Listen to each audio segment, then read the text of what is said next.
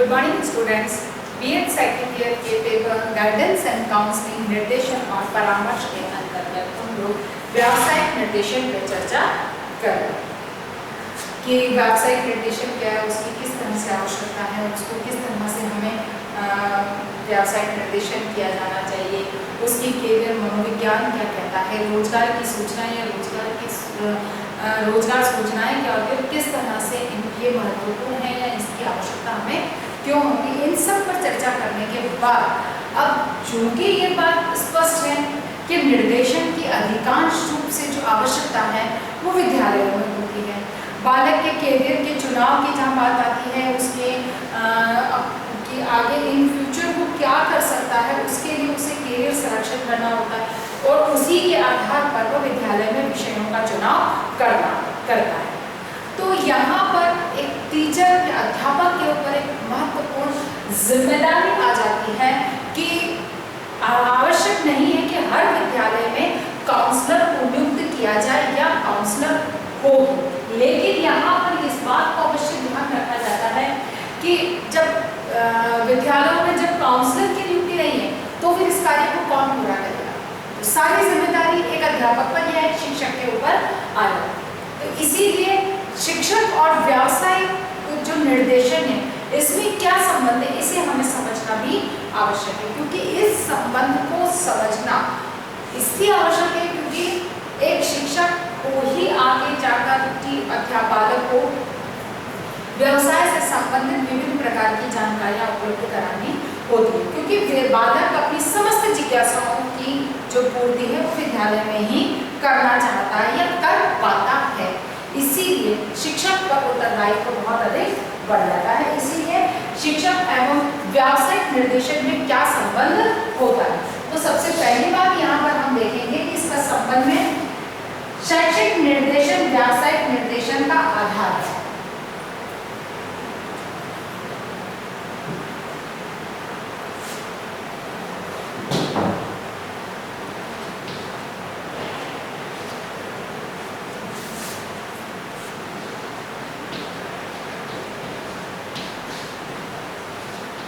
शैक्षिक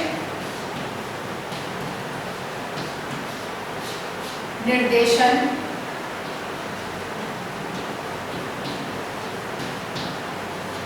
व्यावसायिक निर्देशन का आधार है। ठीक है ना, शैक्षिक निर्देशन व्यावसायिक निर्देशन का आधार है। क्यों? क्योंकि जब शैक्षिक निर्देशन के लिए जब बात आती है कि विद्यालय में शिक्षक जब कक्षा में बालकों को शिक्षण प्रक्रिया को पूर्ण करने के लिए जाता है या बच्चों को पढ़ाने के लिए जाता है, तो वो विभिन्न विषयों का शिक्षण कार्य करता है। अब यहाँ पर जैसे कि वो गणित पढ़ा है, तो गणित को पढ़ाते समय, मैथ्स को पढ़ाते समय उसको कुछ इस बातों का ध्यान रखना होता है कि व्यवहारिक जीवन में इन चीजों का उपयोग बालक कैसे कर सकता है। अर्थात कि ये बात स्पष्ट होती है कि शिक्षा मनुष्य या व्यक्ति के व्यवहारिक जीवन में किस प्रकार से उसे जीवन को जीना है या समस्त ज्ञान, सूचनाएं या क्रियाओं को व्यवहारिक जीवन में किस तरह से उपयोग में लाएगा, उसके लिए प्रशिक्षण प्रदान करने का कार्य करती है। अब इसी शिक्षा का स्वरूप किस पर आधारित होता है? वो व्यवसाय पर आधारित होता है, क्योंकि जिस प्रकार के व्यवसाय की समाज में प्रचलन है, समाज के द्वारा जिस प्रकार के व्यवसाय को चलाने के लिए योग्य व्यक्तियों की आवश्यकता है, उनकी मांग है, उसी के अनुकूल शिक्षा वैसे ही व्यक्ति तैयार कर पाती है। जैसे कि समाज में डॉक्टर्स की मांग अधिक है, तो निश्चित है कि एक वर्तमान में मेडिकल में जब एडमिशन लेते हैं या हम ये कहा जाए कि जो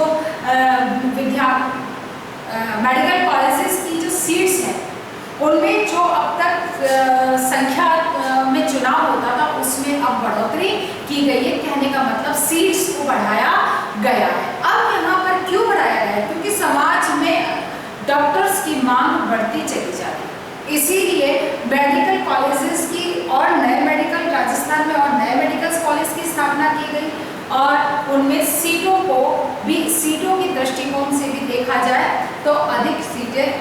बढ़ाई गई है, जिससे कि अधिक लोग मेडिकल प्रोफेशन से जुड़े और अधिक डॉक्टर्स का उत्पादन हो सके। यानी कि समाज की मांग आवश्यकता के अनुसार शिक्षा अपने स्वरूप का निर्धारण करती है। इसीलिए शिक्षा का आधार है व्यावसायिक निर्देशन, यानी कि व्यावसायिक निर्देशन पर आधारित होता है शैक्षिक निर्देशन। दूसरी बात इसमें आती है भविष्य के व्यवसाय के आधार।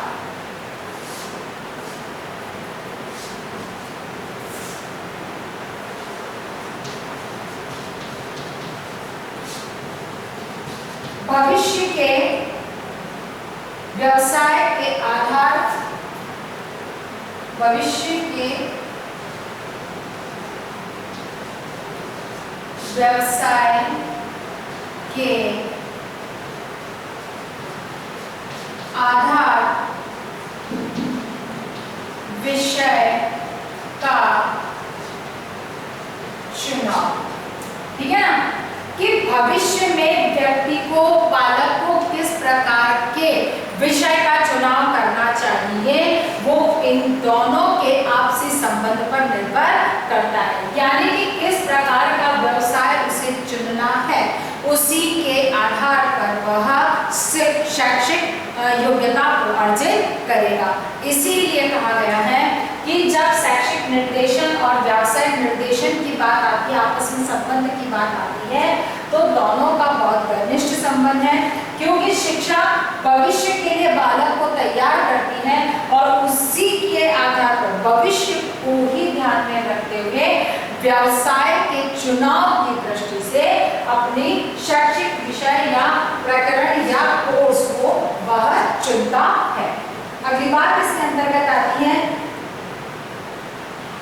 दोनों परस्पर एक दूसरे पर निर्भर हैं।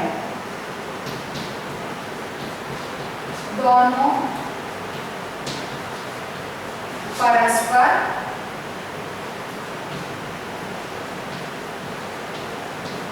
एक दूसरे पर आधारित है।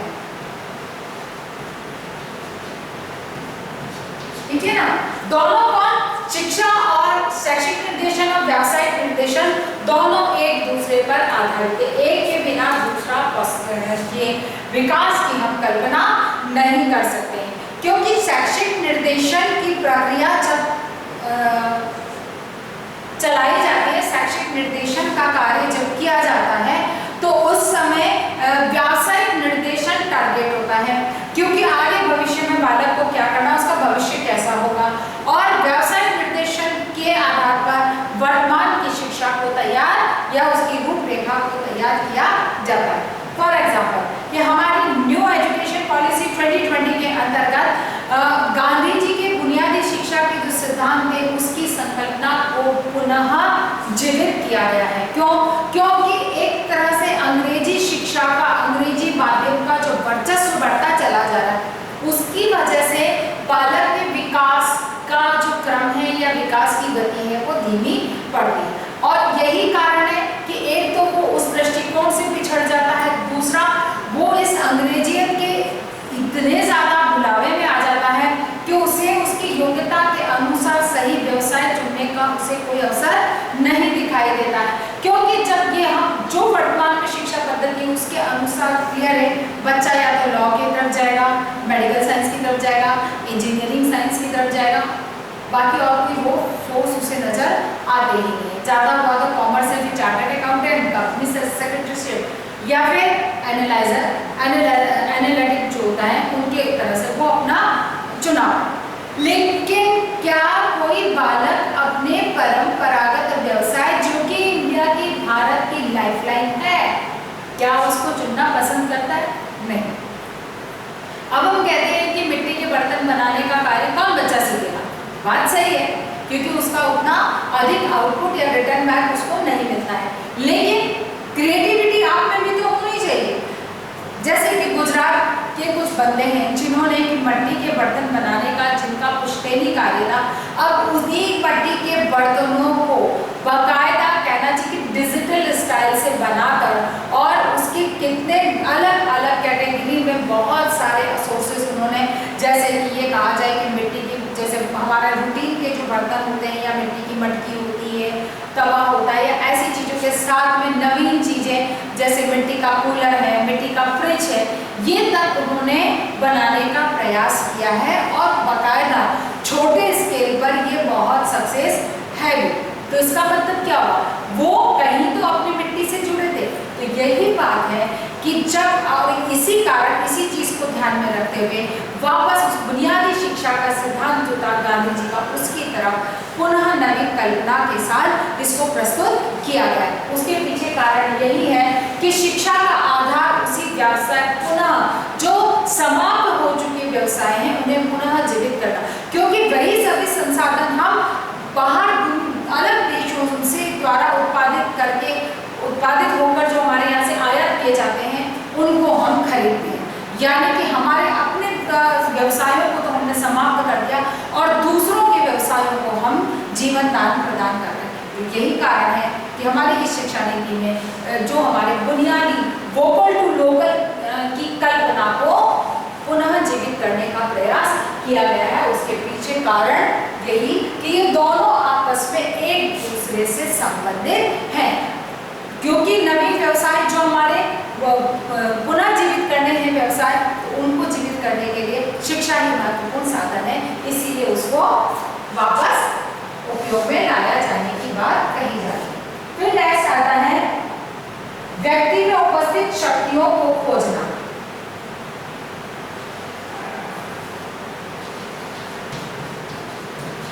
व्यक्ति की क्षमताओं का पता लगाना, यानी कि व्यक्ति के में कौन कौन सी योग्यता या क्षमताएं विद्यमान है उन्हें खोजने का कार्य ये दोनों मिलकर करते हैं। अर्थात कि व्यवसाय, विभिन्न प्रकार के व्यावसायिक निर्देशन प्रदान किए जाते हैं और उसी के आधार पर बालक किसी एक को चुनकर उस शिक्षा को अर्जित करता है और उस शिक्षा उससे संबंधित उसे निर्देशन प्रदान करती है। इसीलिए व्यक्ति की क्षमताओं का पता लगाने के लिए भी ये दोनों परस्पर संबंधित है, इन दोनों के मध्य गहन संबंध पाया जाता है। अगली बात इसके आगे, एक दूसरे के बिना अधूरे हैं।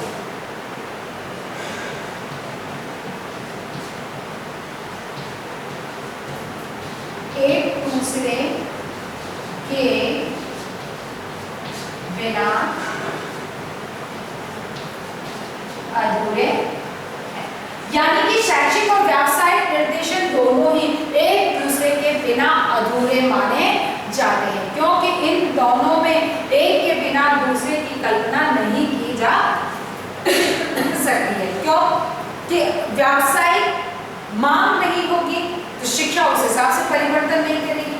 शिक्षा विभिन्न प्रकार के ज्ञान का विकास करके और जब तक बालक को प्रदान नहीं करेगा तो बालक की सृजनात्मकता के गुणों, सृजनात्मक क्षमताओं का उपयोग नहीं करेगा और वह नवीन को नहीं सोचेगा।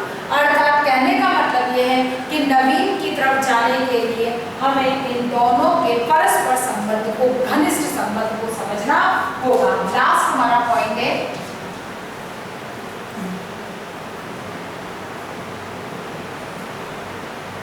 शैक्षिक निर्देशन पर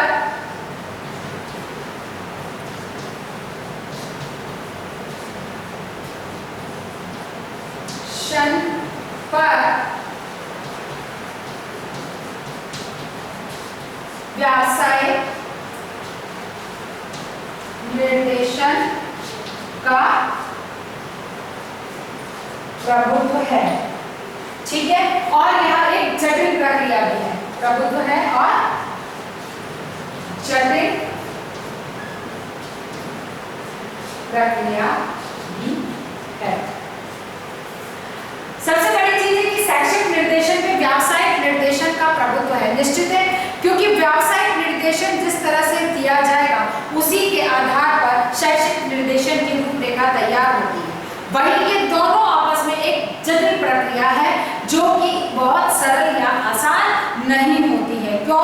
क्योंकि व्यवसाय चयन करो शिक्षा बालक में, अगर बालक ने अपनी योग्यता और रुचि के अनुसार तो व्यवसाय चयन किया और तो शैक्षिक व्यवस्था में वो नहीं एडजस्ट हुआ है, तो ऐसे में यहाँ एक जटिल प्रक्रिया का रूप धारण कर लेगी। इसीलिए व्यावसायिक निर्देशन और शैक्षिक निर्देशन स्पष्ट है कि दोनों एक दूसरे पर आधारित हैं। एक की कल्पना के बिना दूसरे की कल्पना सहज नहीं है या दूसरे के स्वरूप का निर्माण संभव नहीं हो सकता है। इसी आधार पर आज आपको एक क्वेश्चन करना है।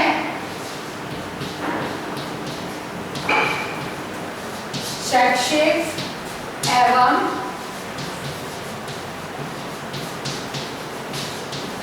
व्यावसायिक निर्देशन में संबंध को स्पष्ट कीजिए। ठीक है, शैक्षिक एवं व्यावसायिक निर्देशन में संबंध को स्पष्ट कीजिए। अपनी बात को समाप्त करने से पहले कोविड-19 की इस महामारी में अपने आप को सुरक्षित रखें। बहुत अधिक आवश्यकता होने पर घर से बाहर निकलें, मास्क आवश्यक रूप से लगाएं, सोशल डिस्टेंसिंग का पालन करें और अपने हाथों को समय समय पर सैनिटाइज करते रहें। स्वस्थ रहें, सुरक्षित रहें।